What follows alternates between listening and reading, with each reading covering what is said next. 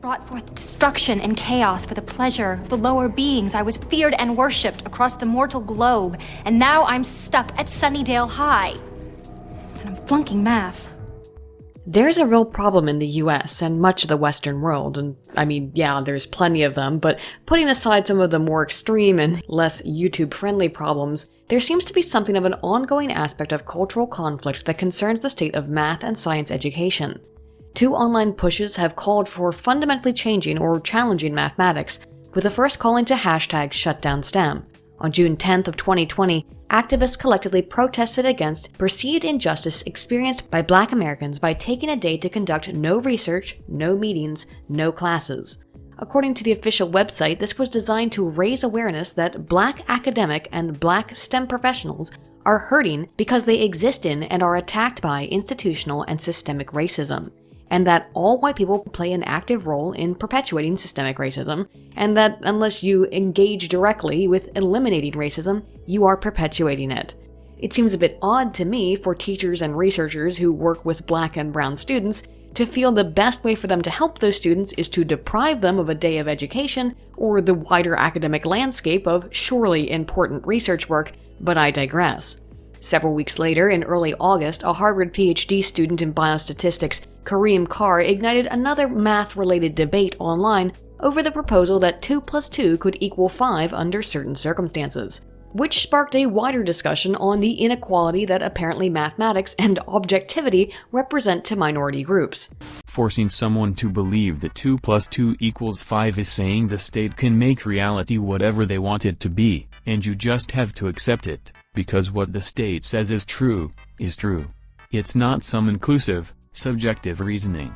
To be forced to believe 2 plus 2 equals 5 is to be oppressed. Sure, but that's not at all the point. The point is there is other solution than 4, 5, x, whatever infinite number. Saying the only solution is 4 is oppressive. Carr isn't inherently wrong, but you have to bend the rules for him to be right. For example, 2 plus 2 would equal 5 if we were rounding up to the nearest whole, and both values of 2 were truncated forms of 2.4. But instead of explaining a case where that actually might be true, he used a bizarre example about chicken reproduction. Either way, in almost every case, 2 plus 2 does in fact equal 4. Regardless, out of this came an explosion of tweets claiming that the basic equation was evidence of everything from Western imperialism and colonialism, racism, transphobia, discrimination towards women of color, white supremacy, patriarchy, and was just generally oppressive. Others chimed in with far less coherent explanations than Carr's, suggesting that 2 is just a variable, that all of math is a social construct, like apparently the age of consent, using word problems phrased in a precise way to confuse or maybe impress those not paying too much attention, and a few actually being able to replicate the same explanation I provided, albeit often in a weird word problem manner, all to prove the validity of the claim that 2 plus 2 really can equal 5. Of course, the irony of the Twitter left being up in arms defending that 2 plus 2 should really equal 5, being directly lifted from George Orwell, was lost on this lot. One of the questions was, what is 2 plus 2? Danny answered 22.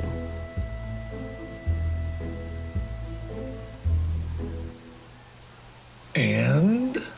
Then about a month later, Trump announced that critical race theory would be banned from federal agencies, or any program that teaches that the US is, quote, an inherently racist or evil country, or that any race or ethnicity is inherently racist or evil.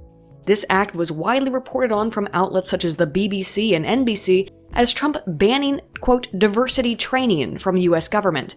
Despite claims to the contrary, critical race theory proselytizes ideas of microaggressions, privilege, and unconscious bias, which according to adherents of the theory can only be held by, you guessed it, white people, making the theory, as much as I hesitate to even call it such, inherently based on viewing people of different races as fundamentally disparate and hierarchical. Hence, Trump's words. But were you to believe the many articles directly stating that Trump is banning diversity training, let's take a look at some of the reasons why people might have an issue with said training. In 2016, a high school teacher in Oklahoma proudly proclaimed to his philosophy class that, quote, to be white is to be racist. A clip of Ashley Shackelford, a self-proclaimed non-binary shapeshifter and hood feminist, made the rounds online a few years ago of her claiming during a training seminar at political convention Netroots Nation, whose previous speakers have included Barack Obama, Joe Biden, Elizabeth Warren, and just because I know it annoys her if I pronounce it this way, Kamala Harris, that all white people were racist and also to PayPal her money. Evidence more directly of what Trump was putting an end to in the US government can be seen on this slide, leaked in 2020 and confirmed as legitimate from the US Air Force. Educating airmen on white privilege, because nothing says white privilege like taking orders from the black president to launch a drone strike on brown people. How embarrassing! Generally, the pervasiveness of critical race theory has been noted both in public and private environs, and much like other anti-math, anti-science movements, it emphasizes feelings and experiences over equality and fairness. With this slide, for example, of some sort of indeterminate lecture from self-described climate activist Anna Jane Joyner, who outright defines objectivity, a necessity for the scientific method, as a sign of white supremacy. And what else but white supremacy did the American Association of University Professors accuse Trump of in his removal of these types of curricula? Hell, while working on this video, scores of people, many with advanced degrees, unleashed scathing criticism on a study published in the illustrious Journal of the American Medical Association, accusing the researchers and the journal of racism. Why? Because said study from Buinovich et al. 2020 found some important data indicating that people of African ancestry may be more susceptible to the coof. Despite the fact that this information could save black lives and I thought they mattered, it was deemed racist because the critical theorists insisted that race is just a social construct, flooding JAMA's Twitter with calls for its cancellation, most worryingly from people ostensibly with advanced medical degrees. This, of course, comes after complaints that not enough black people were involved in vaccine trials, but try not to overthink the hypocrisy too much because you'll hurt yourself in your confusion. Now, I could, and I might just do a whole video on that topic, but let me quickly explain the problem here. Thiazide diuretics are a medication often prescribed in addition to other drugs specifically for African Americans with hypertension, because research has found that they have decreased responses from monodrug therapy compared to other groups of people. Given that heart disease is the #1 cause of death for black people, to avoid giving them thiazide would, I believe, constitute negligent malpractice. And yet the social constructivists, the critical race theorists, seemingly would rather more black men and women die of a treatable disease than admit that race has any genetic components. You really want to screw Whitey? Be one of the few black men who live long enough to collect Social Security. If that were the case, I would expect more support for Dr. Jessica Krug, a former professor of African Studies at George Washington University, who was recently forced to resign from her position after being exposed as being a white woman of Jewish heritage who had been masquerading as a black woman for years. If race is a social construct, why should Dr. Krug have resigned? These are just a few examples of why many object to critical race theory. But to me, they indicate, as Professor Brett Weinstein has said of it, if you end up in critical theory, any one of these fields, women's studies, queer studies, whatever it is, you have already foregone this option. You don't end up in critical theory if you have the chops to do science. But because all of these attempts that I've mentioned so far today are designed to either highlight perceived inequality, focus on concepts like privilege, inalienable to only one group of people, or just outright deny mathematics for the sake of supposed equality, is there any rationale behind all of this? Is there a real problem of systemic racism in math and science that prevents students from certain backgrounds from succeeding in those fields? Or was Joe Biden right when he said that poor kids are just as smart as white kids? Poor kids are just as bright and just as talented as white kids. Is banning critical race theory a logical step, and have government interventions previously been helpful in student learning in math? Let's take a long, and I mean a long, look at government attempts to reduce the gap between students of different backgrounds via programs, the influence of math anxiety and its relationship to demography, the potential harm that stereotypes may induce in minority students, and ultimately, the role of the family in education. But specifically because it seems to be under siege in mathematics. So join me as we solve for X.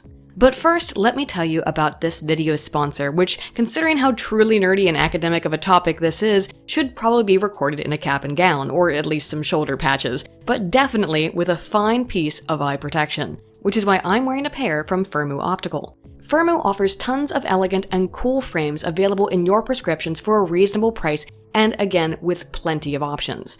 Beyond just choosing the style and color, you can have your pair custom made with transition lenses to suit you in the sun or in the shade. Or if you're like me, a gremlin that looks at burning white pages of research all day, you might want to check out their blue light filter lenses. Maybe you're not like me and your eyes actually work, but worry not, because you can get any frame made just as sunglasses, no prescription needed.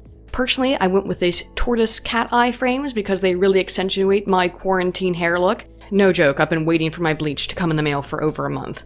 In all seriousness though, I love these frames, and maybe you don't, but that's why there's a wide array of frames and styles for you to customize your look. Clear frames, square frames, pride frames, you name it. And if you're wondering which pair to buy, Firmoo has easy instructional videos to help you find the perfect pair for you. If you use the code Aydin or click the link in my description, you'll have access to an exclusive buy one pair, get one pair absolutely free at Firmoo.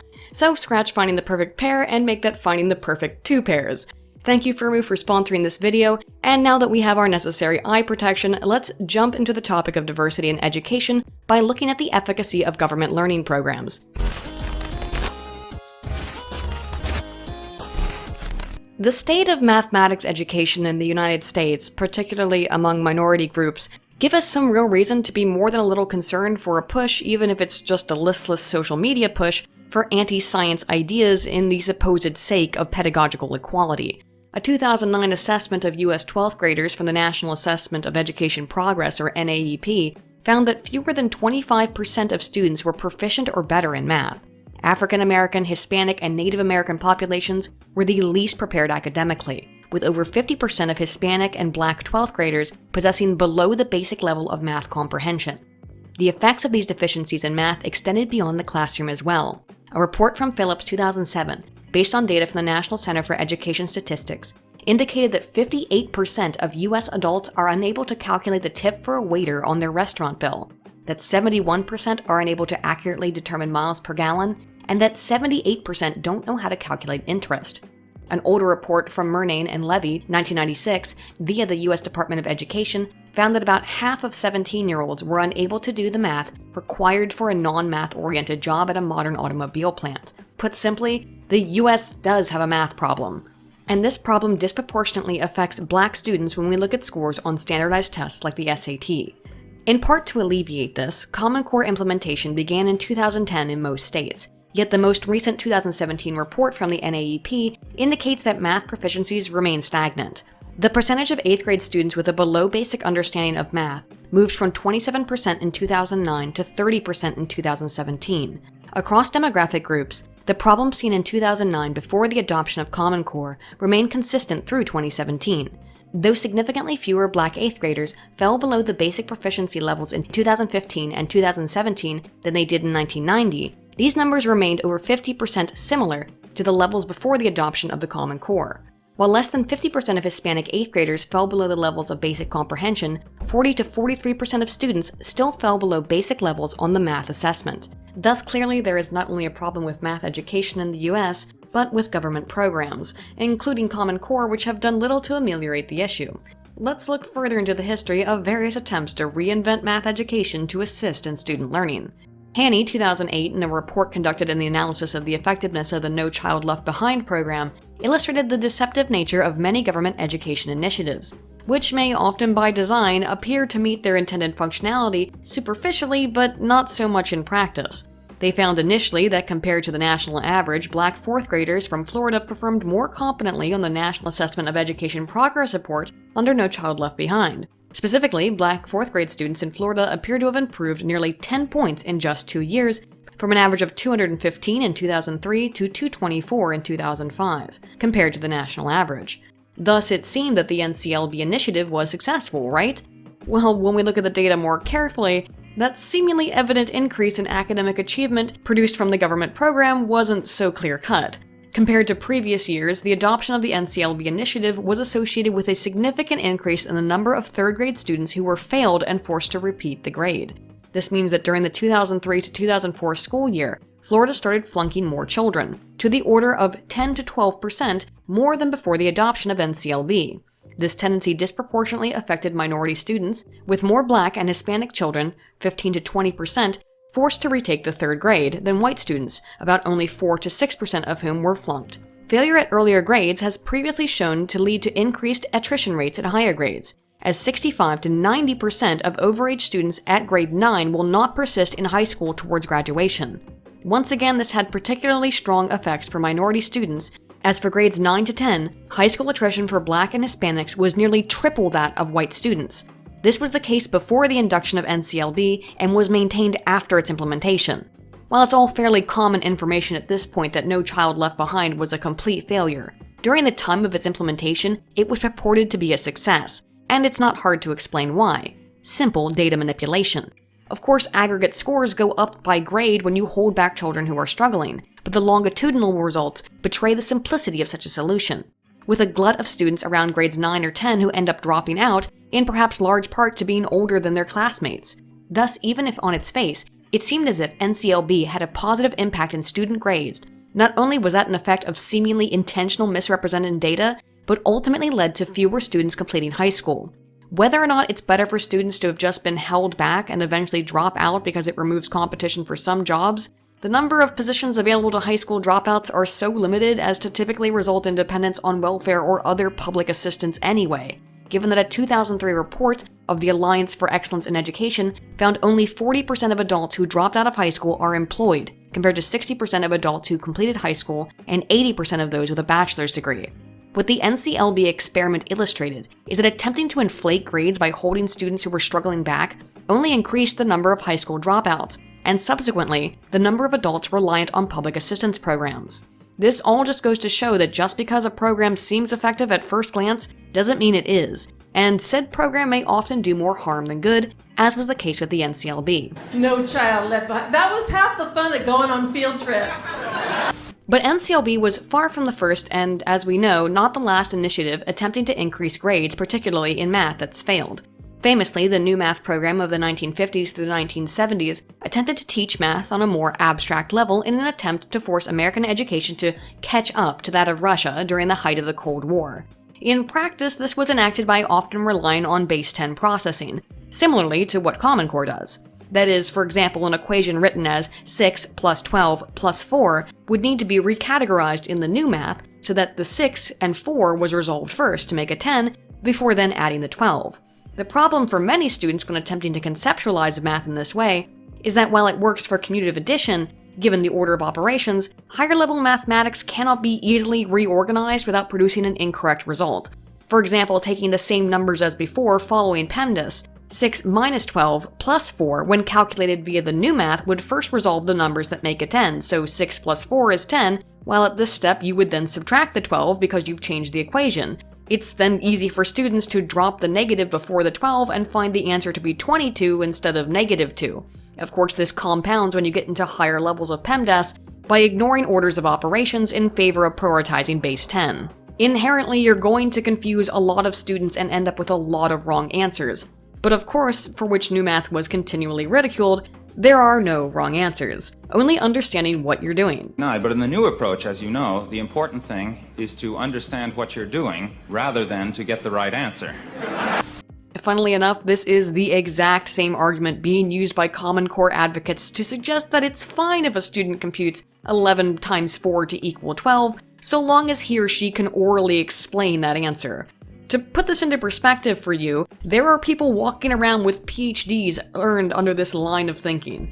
By that I mean, in some doc school programs, you can technically fail your comprehensive exams required to earn a doctorate of philosophy. However, if you can defend your answers well enough, it's possible for your council of teachers to decide that you understood the questions well enough, you just got the wrong answer, and therefore you passed. I hope you all take some absurd solace in the knowledge that the great big multiple day-long tests that are necessary for someone to earn a doctorate often boil down to little more than a hazing ritual and a formality. Not for all PhDs, of course, but certainly for some. Anyway, back to the experiment with new math. The result was, much as with Common Core, children bringing home their math work to utterly confused parents unable to help them. 5 plus 5 plus 5 equals 15. Makes sense, right? But the teacher marked it wrong. How is that even possible?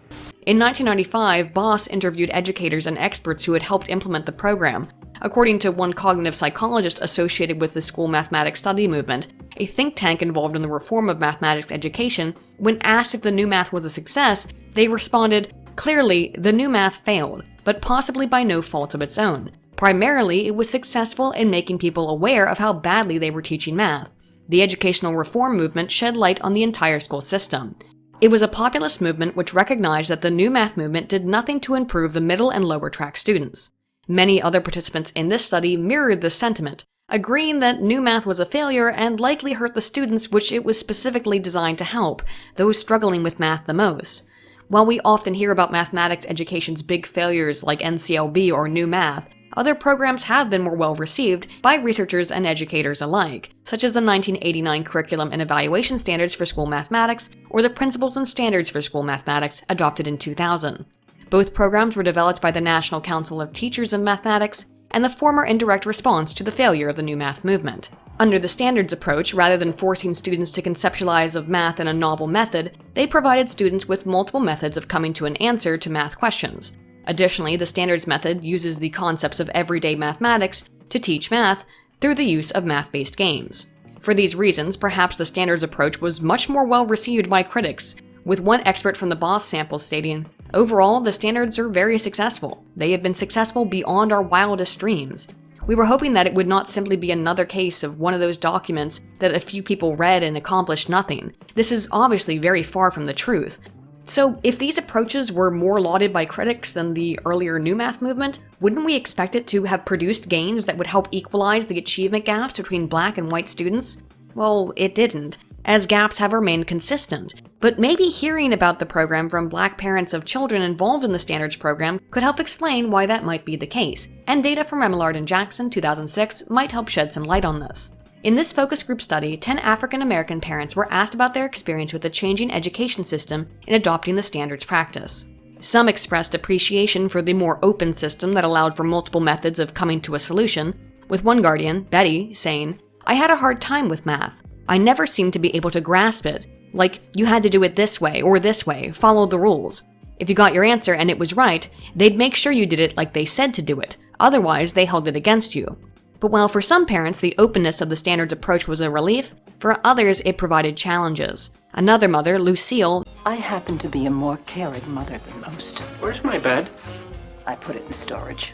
noted difficulty in understanding some of the visual problems presented in the standards curricula, saying, "It's like a whole new language that we need to know. It's a whole new fashion that feels like you're doing things in a roundabout way." Certainly more recently, many parents have reported concerns and frustration regarding the Common Core, often finding its methods difficult if not impossible to understand. Dear Jack, don't feel bad. I have a Bachelor of Science degree in Electronics Engineering, which included extensive study in differential equations and other higher math applications. Even I cannot explain the Common Core mathematics approach, nor get the answer correct. In the real world, simplification is valued over complication. Therefore, 427 minus 316 equals 111. The answer is solved in under 5 seconds, which is 111. The process used is ridiculous and would result in termination if used. Sincerely, one frustrated parent. Interestingly enough, the same sentiment was also expressed in response to the new math movement, at least in song format. These focus studies illustrated, though, that parents, even those heavily involved in their children's learning, and this obviously includes African American parents, may often struggle to adapt to new teaching methods, particularly when those methods don't align with the methods that they themselves utilized in school. It's possible then that it's really better to do nothing to change the system by which math is taught, if for no reason then because it makes it easier for parents to help their kids in turn, and as we'll learn later, that plays a major role in math education. Given that Common Core comes out of the standards practice, it's unsurprising that it also has left so many parents confused. For the reasons we've already seen with new math and NCLB, it should be a little shock that the scant evidence that is available so far on Common Core illustrates that the program does little to improve math grades or learning outcomes. A study from Shetman et al. 2019 examined the differences in learning outcomes experienced by 4th and 5th grade students in West Virginia. Hey, my home state.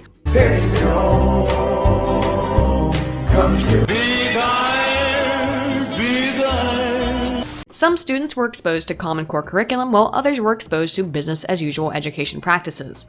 Some were taught in a traditional face-to-face setting, while other students also received instruction through web-based pedagogy. They found that implementation of Common Core had no major positive nor negative effect on 4th and 5th graders in mathematics. Specifically, students at the level which represents a below basic degree of understanding seemed to be somewhat aided by the Common Core system, while students at all other levels of learning competence were deleteriously affected by the implementation. Additionally, while girls were generally unaffected by the new program, boys performed significantly less efficiently under Common Core than under traditional education methods. It's not all doom and gloom though, as additional research shows that math education based on games or relating the work to real-life problems may be more effective at teaching than other methods. Other data indicate that Common Core initiatives neither harm nor really help students, and perhaps particularly is unlikely to help students who are struggling, as evidenced with data from Herman Epstein. Oh, for heaven's sake, no, not that one, considering that this study involved 8th graders. I love little girls, they make me feel so good. And Leon 2016, and their assessment of the Literacy Design Collaborative, a module designed to help teachers transition into Common Core standards for literacy and social studies. While obviously this doesn't concern math education, it does give us some greater insight into the efficacy of Common Core at large as an intervention program. Students whose classrooms utilized the LDC and were at a relatively higher level experienced more benefit from the program in regards to their grades in social studies than did students who were from a relatively lower socioeconomic status. Further, research indicated no discontinuity between the levels of achievement in both reading and writing according to aptitude tests before and after the implementation of the LDC initiative. The ultimate results of this study indicated that adoption of the LDC standards produced moderate positive effects on student reading scores in Kentucky, but showed no corollary effect in Florida. It seems then that outside of math, the effects of Common Core education are mild and unpredictable, if they are present at all in literacy. It seems that outside of math, the effects of Common Core education are mild and still unpredictable if they are present at all in literacy. In actuality, it seems the best Common Core has to offer is that it's not overwhelmingly worse than previous attempts at education reform, as posited, if unintentionally, by Schmidt and Huang 2012 in their comparison of Common Core techniques versus those developed by the Third International Mathematics and Science Study, or TIMSS. Oh no, not the TIMSS. Give me the Tims. Give me the Tims. Give me the Tims right now. Not the Tims. Essentially, this study sought to indicate that Common Core standards were closer to the pedagogical standards set in 1995 than those in practice in 2009. Now, as we've already covered, there has been little to no increase in educational outcomes over that time, particularly for minority students. They found that states that utilized the older systems that were more similar to the proposed Common Core standards had higher scores according to the National Assessment of Education Progress. This means that not only was Common Core not superior to the educational programs of the past, it was more similar to programs from the 90s than more recent initiatives. The researchers' explanation for this tendency is that states that experienced decreased scores under Common Core were simply holding children to higher standards than other states, despite, following the exact same regimen. Thus, while Common Core may not be a detriment to education, scant evidence indicates that it's a positive. At best, it reflects a mirroring of education standards utilized in the 1990s, which, funnily enough, seems to be the kind of thing that Common Core advocates and proponents of radical ideas like 2 + 2 = 5 would rally against. I am bad at math. And if math is racist, and I'm also white, does that make me too dumb to be racist, or not racist enough to be good at math? Not racist enough. Jesse, that's such a long conversation. What all these data indicate is that Common Core and previous attempts at reinventing pedagogy have been mostly inconsequential. The logical takeaway from these data is that the differences between demographic groups when it comes to education outcomes do not appear to be overwhelmingly influenced by attempts at reform, and these differences can be both racial and economic. If anything, it seems reform often overwhelmingly negatively affects those racial minority groups which already tend to statistically lag behind other groups. Thus, for all of the predominantly left-leaning attempts to decolonize math or the likes, or to make math more fair for students of all backgrounds, thus far, experiments at accomplishing such a task have seemingly failed and often made matters worse, rather than better. I'm not saying I have the answer because I don't believe anyone does. In the absolute nicest way possible, I would suggest that large-scale differences in group IQ are really hard to overcome via education, and that makes the entire exercise somewhat frivolous. But that brings us back to the very onus of what I believe the intent is behind the push for 2 + 2 = 5. It's not about improving education, it's to make it so that there is no wrong answer, and thus there can be no differences between students. Will this flatten the curve of academic achievement?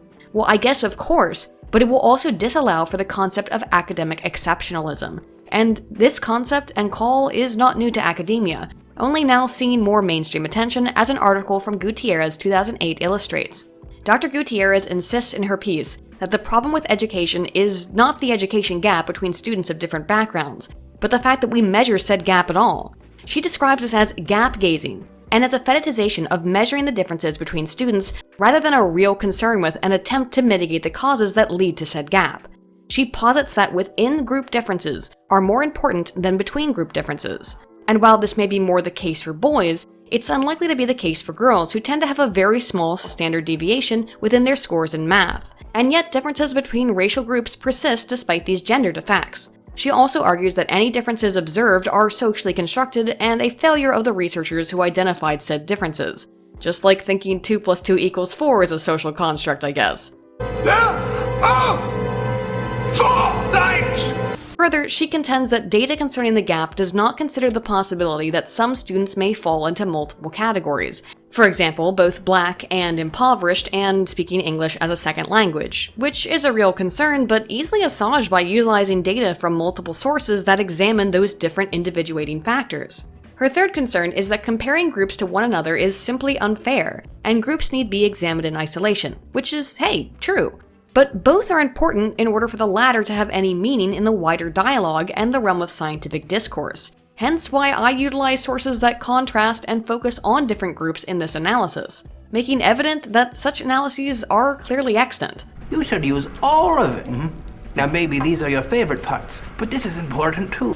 Fourth, she believes that white people's concerns with narrowing the gap is due to their own prejudice, and taints research, a bold and rather scathing indictment on the many hundreds of scientists of all backgrounds who are studying this topic, Dr. Gutierrez. And finally, her fifth issue is that analyzing the gap causes scientists to see students in aggregate rather than as individuals, when that, Rochelle, is the exact purpose of statistical analysis, to remove personal bias from the analysis of data. So, should we give students A's for effort and allow 2 + 2 = 5 if a student can explain it? Well, teachers influence grades, and generally it seems they don't play a positive role when they grade students easily, as data from Westerhoff, Kremers, Gross, and Jong 2000 found. It turns out that going light on students and, say, reinventing math in a misguided attempt to make it easier actually isn't better for students. In this Dutch sample, students reported that 84% of teachers allowed them to start their homework during class, while only 6% of teachers explained the work that was to be completed, and only 15% of teachers even checked if the homework was completed every lesson, which the authors independently found mostly reflected trends in the United States, and indicates that there's already a huge problem with the efficacy of homework in the classroom. Parents also seemed uninterested in homework, with only 12% checking to see if the work was done at all. For students lower in math ability, parents reminding them to start their homework but not aiding in it were more likely to underachieve, while the sheer amount of homework was related to increased achievement. That is, simply doing more homework was related to raised student performance. Overall, 2.4% of total school performance over the course of a year was based on how much math homework students received. The results were such that, were teachers to give 2 additional homework tasks every lesson, this would produce a 2.2 parameter estimate effect, which is a significant moderate effect compared to all other influences of teachers on education outcomes. Even something as simple as the amount of homework assigned indicates the impact teachers have on students. But does this influence vary by student background? Flores 2007 found that a big problem for students from minority ethnic backgrounds is likely not math or school itself, but teachers. Flores reports that Black and Latino 12th graders on average perform math tasks at the same level as white 8th graders. Clearly a problem we need to solve. But Flores argues that this gap is due in part to poor teachers, and there's some evidence to support that hypothesis. In schools where 91 to 100% of students were from a minority background, 16% of teachers were underprepared to teach, compared to only 4% of teachers being underprepared in schools with between 0 and 30% of students coming from a minority status. But while these teachers may be underprepared, they also more leniently grade students in poorer schools, with students from impoverished areas receiving on average an A for the same degree of work that would constitute a C in more affluent schools. Despite these seemingly easy A's, half as many black students in high school complete a calculus course compared to white students, and nearly twice as many are likely to be able to claim pre-algebra as their highest level of math completed, as white and Hispanic kids can. It is true that schools with higher percentages of low-income black and Hispanic students may receive less funding and therefore have less prepared teachers, but those teachers also have a tendency to push for higher grades for less competent work, forcing students through the school system who are likely unready to move forward. But is the solution to these issues to change math, to make all answers correct? Well, past attempts don't provide hopeful results. Why does it seem that so many of these programs fail?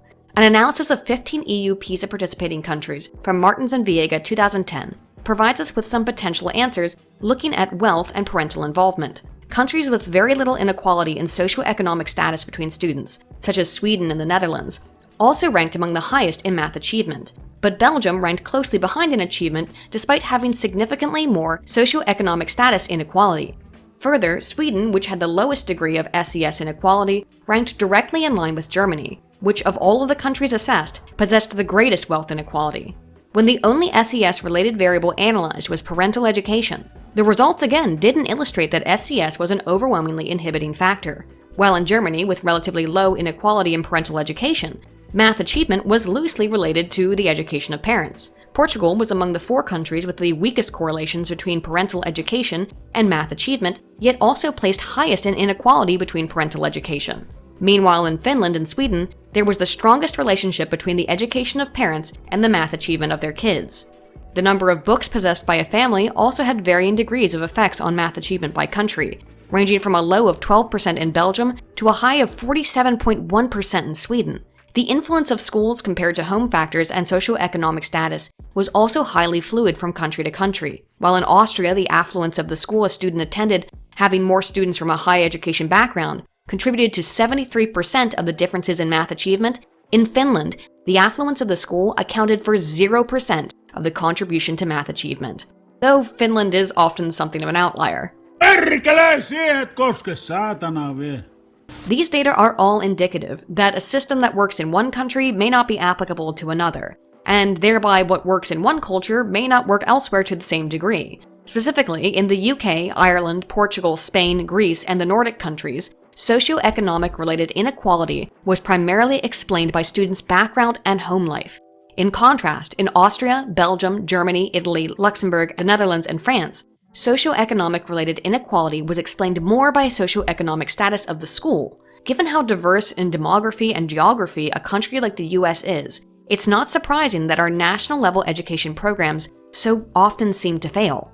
Despite all of the seeming failures of governmental attempts at improving math scores, children are performing to increasingly better degrees in math in the United States, or at least they were up until about 2015, as more and more states started to adopt Common Core standards, as data from Hansen et al. 2018 illustrate.